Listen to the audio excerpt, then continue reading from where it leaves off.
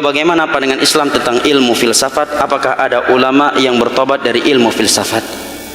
Untuk menghukumi masalah filsafat masalah besar, dan saya penuntut ilmu kecil, tetapi dalam hal ini sudah ada ucapan Imam Syafi'i. Imam Syafi'i berkata, pendapat saya untuk orang yang belajar filsafat, mereka ditangkap, dicambuk dan dikelilingi pasar, kemudian diteriaki, inilah balasan untuk orang yang belajar filsafat. Ini ucapan Imam Syafi'i. Silahkan buka dalam kitab Asy-Syari'ah Al-Imam Al-Ajuri, kitab Syarah I'tiqadi Ahli Sunnah wal Jamaah Al-Imam Al-Lalikai, hidup pada abad keempat atau kelima. Silahkan buka kitab Al-Ibanah Ibnu Battah. Juga silahkan buka kitab Aqidah At-Tahawiyah karya Al-Imam At-Tahawi yang hidup pada abad kedua dan disyarah oleh Al-Imam Ibnu Abil Ais yang hidup pada abad ke-6 atau ke-7 Hijriah. Dan filsafat adalah sebab manusia mulai mentakwil istawa dengan makna di mana-mana, istawla, mentakwil sifat-sifat Allah yang ada di dalam Al-Quran. Dan gara-gara filsafat banyak orang jatuh kepada paham liberal, sampai ada yang berani menyatakan hafalan Al-Quran tidak perlu lagi dihafal di zaman masa ini karena ini masa digital, untuk apa lagi hafal Al-Quran? Sebagian mereka gara-gara filsafat menyatakan kita yang penting jaga hati, selama hati ini bersih baik, walaupun nggak sholat nggak masalah, daripada sholat hati nggak baik. Orang yang sholat kan belum tentu masuk surga. Kalau orang yang sholat saja belum tentu masuk surga, apalagi orang yang nggak sholat. Mestinya kan begitu gaya dia berpikir, ya kan? Tapi karena filsafat, dan filsafat pertama kali muncul itu pada abad kedua atau ketiga Hijriah, di masanya Imam Ahmad, di mana seorang penguasa di masa itu yang bernama Ma'mun dengan mufti dia yang sesat menyesatkan yang bernama Ibnu Abi Du'ad, rajanya filsafat di saat itu, dan dia berkeyakinan Al-Quran makhluk, memberi bisikan kepada Ma'mun agar memaksakan seluruh ulama Islam di masa itu seperti Imam Ahmad, Yahya bin Ma'in, Ali ibn al-Madinah dan yang lainnya untuk mendeklarasikan bahwa Al-Quran makhluk. Maka kitab-kitab filsafat Yunani diarabkan. Kalau ada yang berkata beda filsafat sekarang dengan filsafat dahulu, maka itu sama dengan ucapan sebagian mereka beda Syiah dulu dengan Syiah sekarang. Kalau memang beda, ganti aja namanya. Kenapa harus nama filsafat? Satu. Kedua, filsafat di masa Imam Syafi'i saja seperti itu ucapan Imam Syafi'i. Amat keras ulama Islam mengingkarinya, apalagi filsafat di masa sekarang yang Nabi katakan la yati zaman illa walladzi ba'dahu syarrun min, tidaklah datang suatu zaman kecuali zaman yang datang berikutnya lebih buruk daripada sebelumnya. Nah, dan yang bertobat dari ini adalah Al-Imam Ghazali. Beliau meninggal dalam keadaan Sahih Bukhari berada di atas dadanya. Saya pernah berjumpa dengan seorang guru dosen filsafat di Aceh ini. Dia katakan Sahih Bukhari bukan kitab yang ilmiah. Bayangkan, nyan dosen hana pakai jilbab, urinang, urindai Aceh. Sahih Bukhari bukan kitab ilmiah kata dia. Bayangkan, guru filsafat. Dan dia nggak pakai jilbab, urindai Aceh, kau luar. Bayangkan, subhanallah. Gara-gara filsafat jemaah. Imam Ghazali menyatakan, andai kata aku tahu filsafat seperti ini buahnya, sungguh dari dulu aku udah belajar hadis. Tiada yang aku dapatkan dari ilmu filsafat dengan umurku yang panjang ini kecuali kebingungan, kata beliau.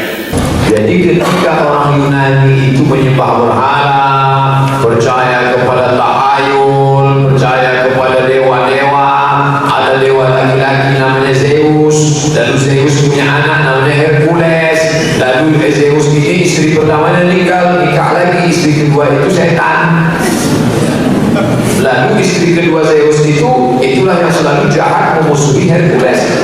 Hercules adalah anak Tuhan yang tunggal. Tapi jangan katakan bahwa semua yang poligami itu dewa, bukan itu maksudnya. Nah, ketika mereka gila dengan cerita ini, ada sekelompok yang cinta kepada ilmu. Orang yang cinta kepada ilmu itu disebut dengan filosof. Socrates, Aristoteles, Demokritos, Thales. Mereka yang menulis buah-buah pikirannya. Lalu kemudian pada masa pemerintahan Abu Ja'far Al-Mansur dibuatlah sebuah rumah namanya Darul Hikmah.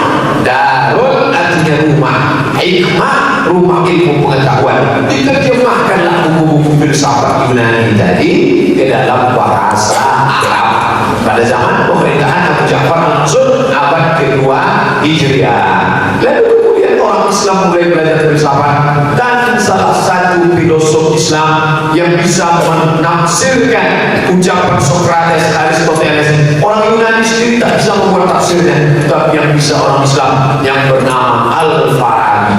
Makanya Al-Farabi itu dalam dunia filsafat barat disebut dengan the second teacher, guru kedua. Guru pertama Aristoteles, guru kedua orang Islam. Dan orang Islam itu tidak hanya ahli fikih, hebat empat mazhab, fikih Hanafi mantap, fikih Hambali mantap, fikih Syafi'i mantap, fikih Maliki mantap, tapi dia juga ahli filsafat, disebut dengan Averroes. Patungnya sampai hari ini ada di Spanyol, memegang kitab, sorbannya panjang sambil memegang pemikir. Patung Averroes, tulis di Google Averroes, nama patung. Bahasa Arabnya adalah Ibnu Rushd. Ibnu Rushd cerdas, Ibnu Rushd, dan dia punya kitab fikih Bidayatul Mujtahid wa Nihayatul Muqtasid, fikih perbandingan empat mazhab. Jadi yang tidak benar itu adalah filsafat wujudiyah. Wujud artinya ada, segala yang ada itu mesti berasal dari yang ada, maka yang tidak ada itu sebenarnya tidak ada. Malaikat tidak ada, neraka tidak ada, surga tidak ada. Itu filsafat wujudiyah. Masuk ke barat disebut dengan filsafat materia, disebut materi. Abdul Somad ada, bisa ditengok, bisa dilihat, bisa disentuh, bisa diraba, bisa dirangsang. Ada. Yang tidak ada maka tidak nampak, tidak bisa dirasa, tak bisa ditangkap dengan panca indera, tidak ada.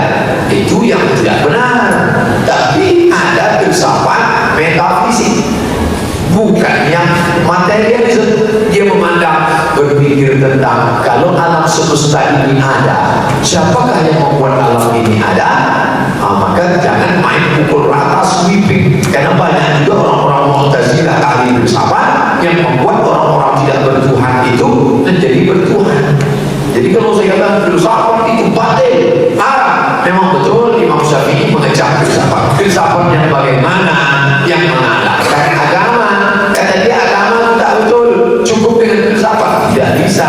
Makanya ulama-ulama itu mengkombinasikan filsafat yang ambil sebagai metode cara berpikir. Ini sampel, simple, sederhana.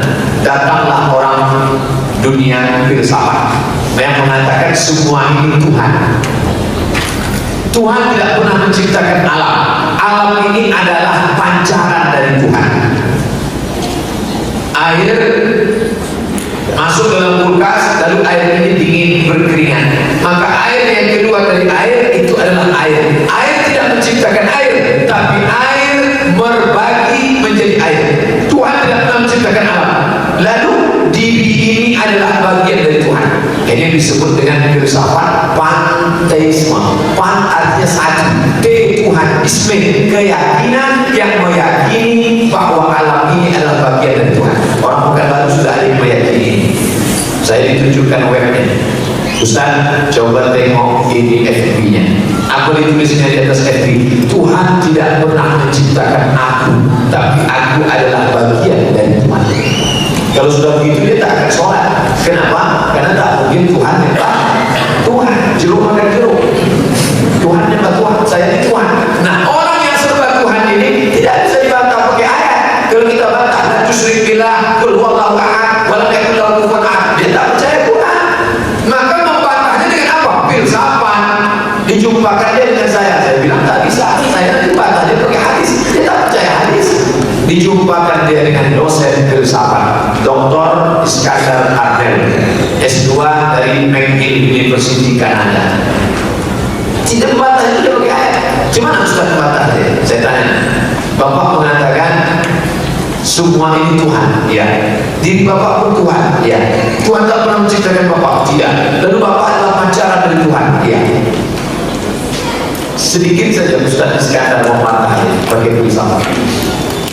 Bapak tadi pagi merah, sengaja dia pakai kata-kata yang kasar. Kenapa dia tidak pakai BAD dan dia mau nembak langsung? Tadi pagi bapak berak, ya.